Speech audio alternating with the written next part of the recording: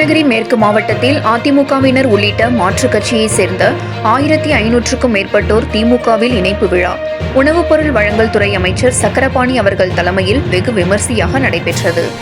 கிருஷ்ணகிரி மேற்கு மாவட்டம் வேப்பனப்பள்ளி கிழக்கு ஒன்றியத்தில் அதிமுக உள்ளிட்ட பல்வேறு கட்சிகளில் இருந்து விலகி இன்று வேப்பனப்பள்ளி சுன்னதே ஜமாத் தலைவர் முன்னாள் ஊராட்சி மன்ற தலைவர் PMS முகமது சம்சுதீன் தலைமையில் 1500க்கும் மேற்பட்டோர் திமுகவில் இணைந்தனர். நிகழ்ச்சியில் மாவட்ட செயலாளரும் ஓசூர் சட்டமன்ற உறுப்பினருமான ஒய் பிரகாஷ் MLA, கிழக்கு ஒன்றிய செயலாளர் AM ரகுநாத், மேற்கு ஒன்றிய செயலாளர் TS கருணாகரன் ஆகியோர் தலைமை தாங்கினார்கள். சிறப்பு அழைப்பாளராக உணவு மற்றும் உணவுப் பொருள் வழங்கல் துறை அமைச்சர் சக்கரபாணி கலந்து கொண்டு திமுகவில் இணைந்தவர்களுக்கு சால்வை அணிவித்து வாழ்த்து தெரிவித்தார்.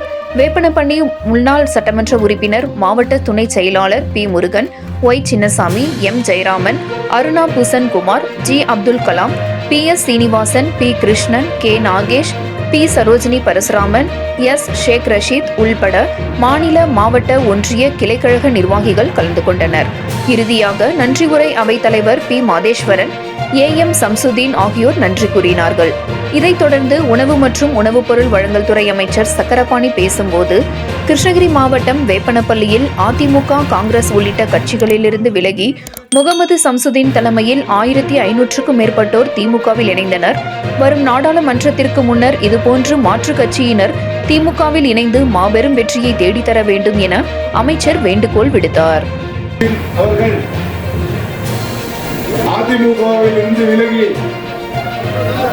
நமது மாவட்ட கழக செயலாளர்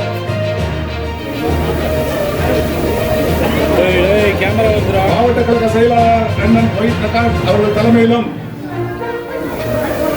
நமது அமைச்சர் உணவுத்துறை அமைச்சர் அவர்கள் முன்னிலையிலும் அவருடன் சுமார் 1500 அதிமுக உறுப்பினர்கள் இன்றைக்கு நமது வேப்பனப்பள்ளியில் நமது மாவட்ட கழக செயலாளர் ஒய் பிரகாஷ் தலைமையில் இன்றைக்கு இணைந்து கொண்டிருக்கிறார்கள். அவர்களுக்கு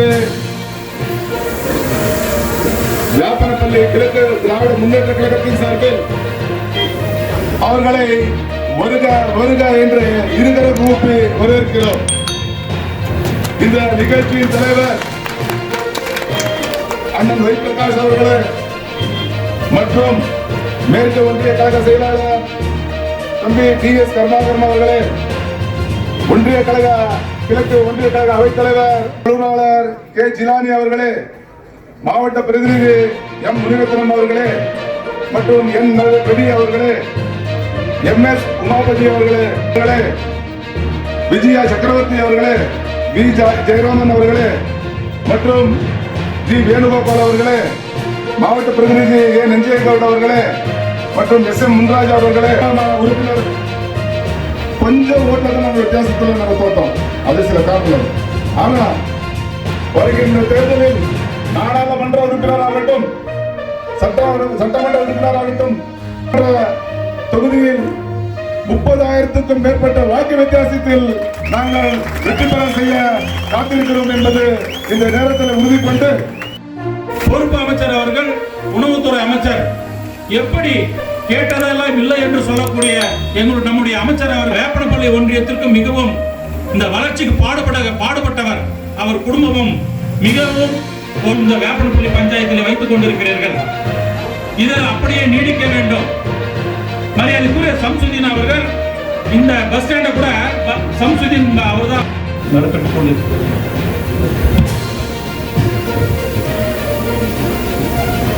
சிறப்பான இணைப்பு விழாவுக்கு தலைமை தாங்கி நடத்தி கொண்டிருக்கும் அருமை காஷ்மீர் அண்ணன், என்னுடைய 30 ஆண்டு கால நண்பரும் என் அண்ணனுமான அண்ணன் ஒய் பிரகாஷ் அவர்களே, ஒரு முன்னிலை வகிக்கின்ற ஒன்றிய கிழக்கு ஒன்றிய செயலாளர் ரகுநாத் அவர்களே, மேற்கு ஒன்றிய செயலாளர் கருணாகரன் அவர்களே, முன்னாள் சட்டமன்ற உறுப்பினரும் மாவட்ட கழகத்தின் துணை செயலாளருமான அண்ணன் முருகன் அவர்களே,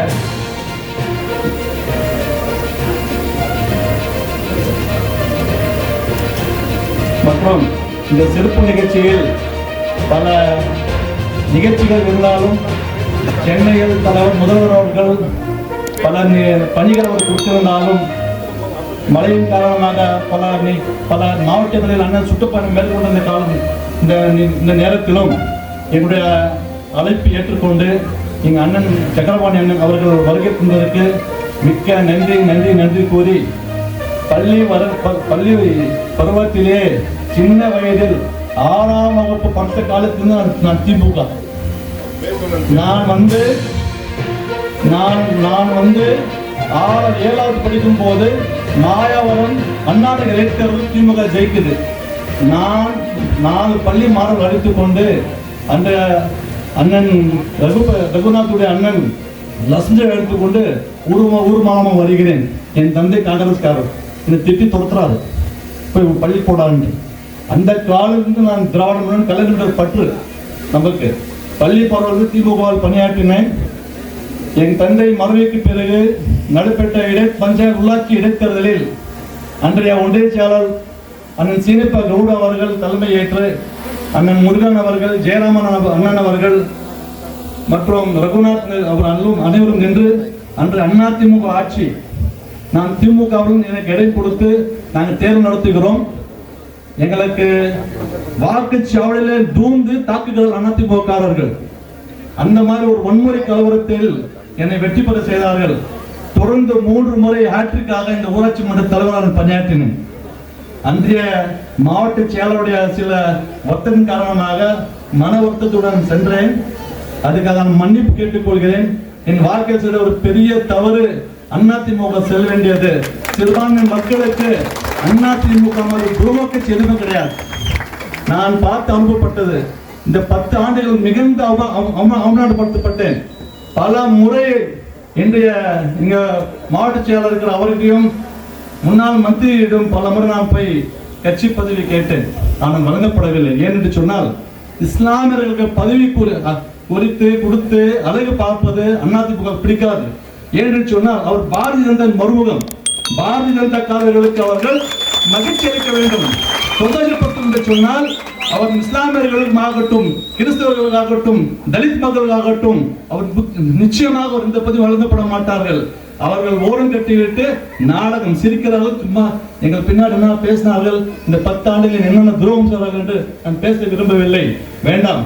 ஆனால் ஒரே ஒரு குறிப்பாக என்ன சொல்கிறேன் என்று சொன்னால், இன்றைய காலகட்டத்தில் இந்தியாவில் நடக்கின்ற இந்த அரசியல் கட்டத்தில் இஸ்லாமிய மக்களாகட்டும், கிறிஸ்தவ மக்களாகட்டும், தலித் மக்களாகட்டும் எங்களுடைய வாழ்வாதாரம், எங்கள் இளைஞர்கள், எங்கள் சிறு பிள்ளைகளுடைய வாழ்வாதாரம் கேள்விக்குறியாக இருக்கிறது. பர்தா அணிந்து கொண்டு செல்ல முடியவில்லை, தாக்குகிறார்கள். தாடி வைத்துக் கொண்டு சென்றால் துப்பாக்கிகள் சுடுகிறார்கள். பிள்ளைகள் இன்னும் வெளியே நடமாட முடியவில்லை. இதெல்லாம் குரல் கொடுக்க ஒரே தலைவர், ஒப்பற்ற தலைவர், தலைவருடைய ஒரே புதல்வன் டாக்டர் நம்ம தலைவர் தளபதி மட்டும்தான். அந்த ஒரே ஒரு காரணமாக இந்த இஸ்லாமிய மக்கள் அனைவரும், கிறிஸ்துவ மக்கள் ஆகட்டும், நாங்கள் அனைவரும் வாழ்நாள் முழுவதும் அவருடைய தலைமை நாங்கள் இருப்போம். 2வது நாங்கள் இந்து முஸ்லிம் ஆகட்டும் சகோதரர்கள் வாழ்ந்து கொண்டிருக்கிறோம். இந்த சகோதரர் யாரும் பிரிக்க முடியாது. இந்த ஒற்றுமைக்காக பாடுபடுற தலைவருக்கு தளபதிகளுக்காக இந்த ஒன்றிய அரசினால் பல தொல்லைகள். இந்த ஒரே ஒரு அட்ஜஸ்ட்மெண்ட் பணிந்து சென்றால் இஸ்லாமிய மக்களை தாக்குவதை ஓரம் கண்டாமல் விட்டால் இன்னைக்கு மத்திய வர வேண்டிய எல்லா சலுகைகளும், எல்லா தொகைகளும் எல்லாம் நிறுத்தப்பட்டு உள்ளது. இஸ்லாமிய பாடுபடுறதுனால எல்லாரும் ஒதுக்கி வச்சு எல்லா அமைச்சர்களும் தொல்லை, மத்திய அரசு எல்லா தொல்லை. எதுக்காக? இந்த சிறுபான்மை மக்களுக்காக அவர் குரல் கொடுக்கிறார். இது வேறு எதுவும் எந்த சொன்னாலும் அடி பண்ண மாட்டார் என்று பல தொலைகள் கொடுத்தாலும் அந்த தொலைகள்லாம் மறக்க அதை ஓரம் தள்ளிவிட்டு எதுக்கும் பயப்படாமல் துணிச்சலாக இன்னைக்கு போராடி கொண்டிருக்கிற ஒருப்பட்ட தலைவரை நாங்கள் என்றென்றும் நாம் கைவிட மாட்டோம். நான் செய்த தவறை மீண்டும் உயிர் உள்ளவரை நான் மட்டுமல்ல, உண்மையான இஸ்லாமியர் யார் இருந்தாலும் திமுக தான் இருக்க வேண்டும். அங்க இருக்க ஒருத்தர், அது யார் ஒருத்தர் அப்படின்னா யாரும் இல்லை. முன்னாடி ஒருத்தர் போரா சொல்லி புதுக்கூட்டம் ஒரு மண்டபத்துக்குள்ள 200 பேர் கூப்பிட்டு ஆளுக்கு 5 ரூபாய் கூப்பிட்டுக்கிறார். அதுக்கு யாரும் போல. இங்க பாருங்க, நான் கூட்ட அன்பான வந்த கூட்டம், யாரும் ₹1 கொடுக்கல, பாதுகா வந்த கூட்டம். இந்த கூட்டம் 2 நாள் கூட்டப்பட்ட கூட்டம்.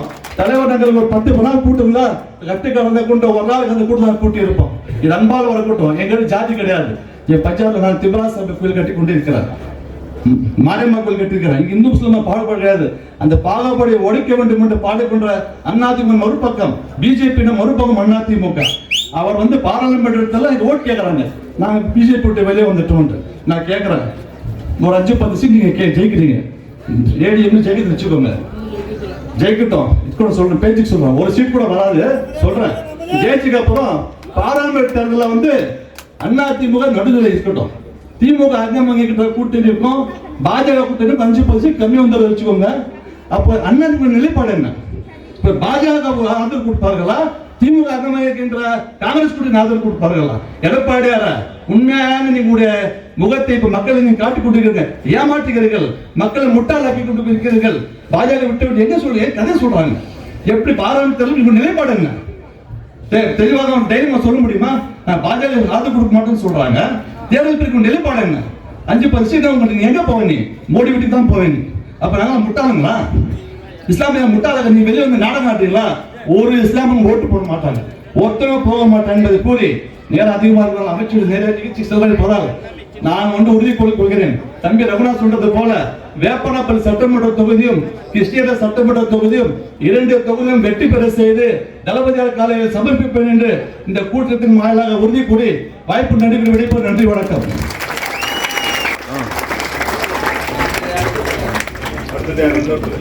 அடுத்தபடியாக சிகரபாக்கனப்பள்ளி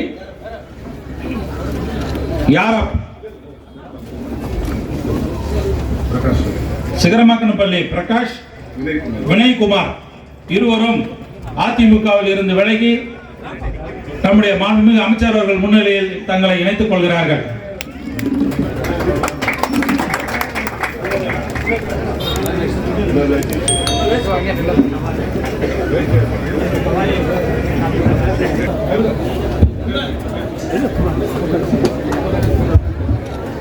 காங்கிரஸ்ல இருந்து விலகி திமுகவில் இம்ரான் அவர்கள் இப்போது நமது திராவிட முன்னேற்ற கழகத்தில் இணைந்து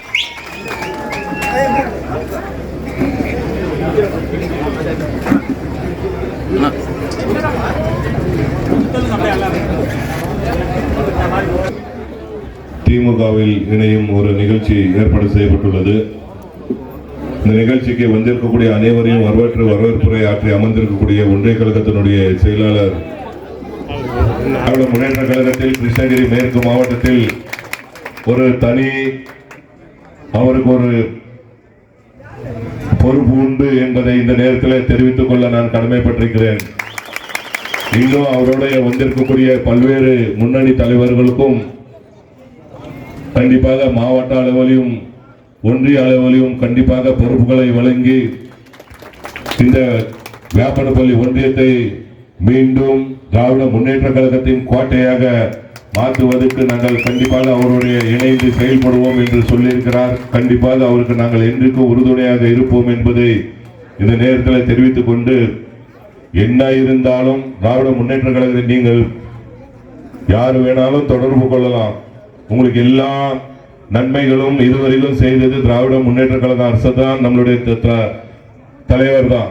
ஆகவே கொஞ்சத்துல நம்ம விட்டு மீண்டும் அந்த கோட்டையை தக்க வைத்துக் கொண்டு வரும் பாராளுமன்ற தேர்தலில் வேப்பனப்பள்ளி சட்டமன்ற தொகுதியில அत्यதிகமான வாக்குகள் பெற்று தந்தோம் என்ற செய்தி மாண்புமிகு அமைச்சர் அவர்களுக்கும் மாண்புமிகு கழக தலைவர் அண்ணன் தளபதி அவர்களுக்கும் நீங்கள் பெற்று தர வேண்டும் என்று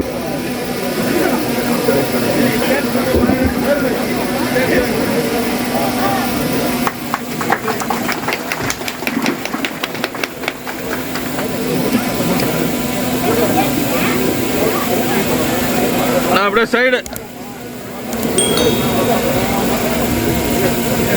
போட்டு அப்படியே இருங்கண்ணா போட்டுருங்க. அப்படியே தலைவரே நீங்க எங்கே இருங்க. பிளாஸ்டிக்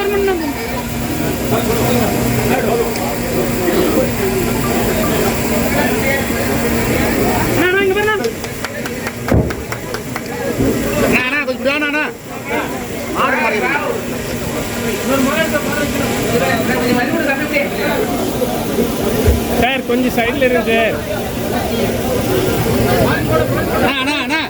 ஒரு நிமிஷம் இருண்ணா தலைவரே, போட்டு கொஞ்சம் ஒரு நிமிஷம் இருங்க, கொஞ்சம் தூரம் வந்துருங்க. தள்ளி தலைவரே,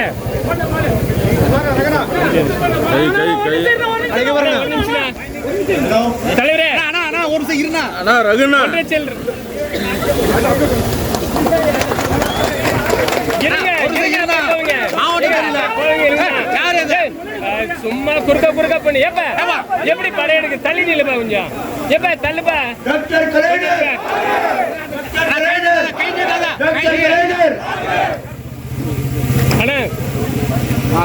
செயலாளர்களே, பிரதிநிதிகளே, உள்ளாட்சி கூட்டுறவு சங்கத்துடைய முன்னாள் என்னால் பிரதிநிதிகளே, மரியாதைக்குரிய அன்பு சகோதரர் ஆஜி பிஎம்எஸ் முகமது சம்சுதீனோடு இன்றைக்கு தாய்க்களத்திலே திராவிட முன்னேற்ற கழகத்திலே இணைந்திருக்கின்ற அத்தனை பேருக்கும் எனது மனப்பூர்வமான நன்றிகளையும் பாராட்டுகளையும் வாழ்த்துக்களையும் தெரிவித்து அவரை ஒன்றிய திராவிட முன்னேற்ற கழகத்தின் சார்பாகவும் மாவட்ட திராவிட முன்னேற்ற கழகத்தின் சார்பாகவும் மேடை இருக்கின்ற அனைவருடைய சார்பாகவும் இங்கே என்னுடைய சார்பாகவும் அவரை வருக வருக என்று இருகரம் கூப்பி வரவேற்கிறேன்.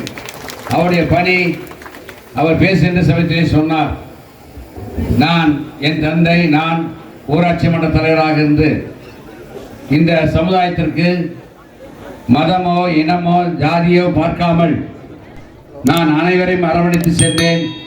இன்றைக்கு நான் எந்த பிரதிபலன் இல்லாமல் தான் இன்றைக்கு சுமார் 1500க்கு மேற்பட்ட மக்கள் இங்கே வந்திருக்கிறார்கள் என்று சொன்னார். எனவே அவர் பேசும்போது சொன்னார், சிறுபான்மை மக்களுக்கு என்றைக்கும் பாதுகாவல் அரணாக இருந்தவர் தலைவர் கலைஞர். அதற்கு பின்பாக இன்றைக்கு ஆட்சி செய்கின்ற மாண்புமிகு தமிழக முதலமைச்சர் மாண்புமிகு அண்ணன் தளபதி அவர்கள் என்பதை இந்த நேரத்திலே அதே போல நாங்களும் மேடையில் இருக்கின்ற அத்தனை பேரும் சிறுபான்மை மக்களுக்கு என்றைக்கும் உறுதுணையாக ஆதரவாக இருக்கக்கூடியவர்கள். திராவிட முன்னேற்ற கழகத்தின் தொண்டர்களும் அதே போல்தான். எங்களுக்குள்ளே எந்த வேற்றுமையோ கருத்து வேறுபாடோ இருந்ததில்லை. அனைவரும் ஒரே சகோதரர்கள் என்ற அந்த நோக்கத்தோடு தான் இன்றைக்கு நாங்கள் செயல்பட்டுக் கொண்டிருக்கிறோம்.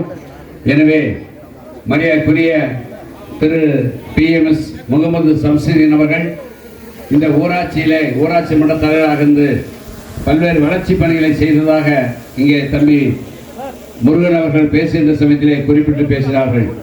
அதேபோல ஒன்றிய செயலாளர் ரகுநாத் அவர்கள் பேசுகின்ற சமயத்திலே சொன்னார், அவர் கடந்த சட்டமன்ற தேர்தலிலே ஒரு சொற்ப வாக்கு வித்தியாசத்திலே முருகன் அவர்கள் வெற்றி வாய்ப்பை இழந்துவிட்டார்.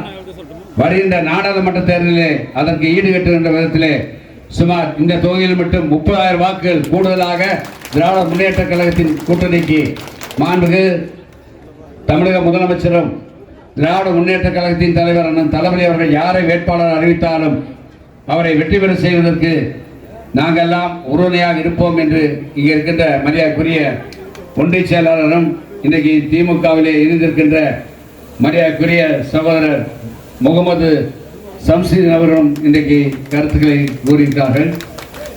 அவரோடு நிறைய பேர் இன்றைக்கு இணைந்திருக்கார்கள். உள்ளபடியே அனைவருடைய பெயரையும் நான் சொல்ல வேண்டும் என்ற ஆசை, நேரத்தின் அருமைகரி அனைவரையும் நான் மீண்டும் அவர்களை வருக வருக என்று வரவேற்று இன்றைக்கு மாண்புமிகு முதலமைச்சர் அவர்கள் தமிழகத்திலே ஒரு பொற்கால ஆட்சியை நடத்தி கொண்டிருக்கிறார். எனவே இந்தியாவை பொறுத்தவரையிலே வேற்றுமையில் ஒற்றுமை. எத்தனையோ மாநிலங்கள், எத்தனையோ மொழிகள், எத்தனையோ இனங்கள், எத்தனையோ ஜாதிகள் இருந்தாலும் அனைவரும் சகோதரர்களாக சகோதரிகளாக இருந்து இன்றைக்கு நாட்டை வழிநடத்தியது காங்கிரஸ் பேரிக்கும். ஆனால் இன்றைக்கு பாரதிய ஜனதா கட்சி ஒரு இனத்தின் அடிப்படையிலே ஆட்சி செய்கின்றது. எனவே அந்த பாரதிய ஜனதாவுக்கு முற்றுப்புள்ளி வைக்கின்ற சமயமாகத்தான் வருகின்ற 2024 நாடாளுமன்ற தேர்தல் டிசம்பர் மாதம் முடிஞ்சிட்டு வச்சுங்க. ஜனவரி, பிப்ரவரி, மார்ச், ஏப்ரல் 4 மாதம்தான் இங்கே தேர்தலுக்கு 120 நாள் தான் இருக்கிறது.